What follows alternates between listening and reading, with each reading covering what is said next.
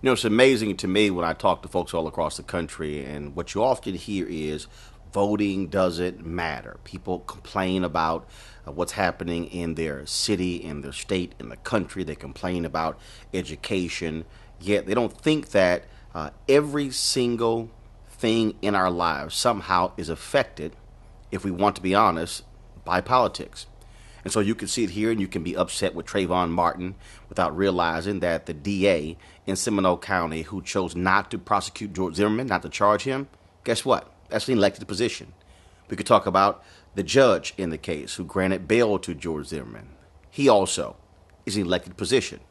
We could talk about what happens on our school boards in terms of what's happening with our children, bond elections, and why minority groups are not getting more of the share of the contracts. Well, guess what?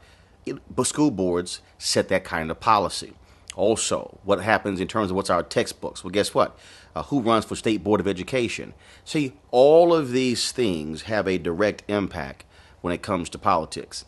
And I think what we have is we have too many people who are lazy, who are good about complaining, who all they want to do is run their mouths and say, well, things are bad and it's really not going to make a difference. Well, I disagree.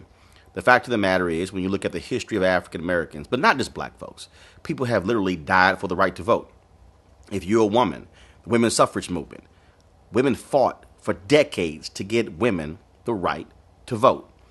If you're white out there and you say, well, the civil rights movement really didn't impact me, the Voting Rights Act, well, guess what? I tell you about Viola Liuzzo. He was a white woman from Michigan, a mother, and she chose to travel from Michigan to help register black folks in Selma. She was driving down the highway there.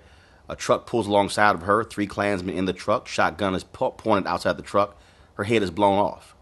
You tell me she didn't give her life for folks to have the opportunity to vote. We can't sit here and complain about public policy, complain about what people are doing in this country if we check out of the process. Everybody, whether you're a Christian, whether you're a Muslim, whether you're Jewish, it doesn't even matter. You should be exercising your right to vote. And I say this, and I mean it in all sincerity. And when it comes to voting, I'm very simple.